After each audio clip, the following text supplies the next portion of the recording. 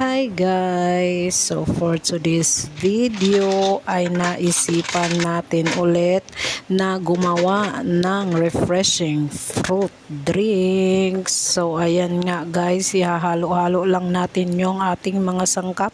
May carrots tayo, may pipino, mangga at saka apple. Ayan, lagyan din natin ng gatas at pure honey.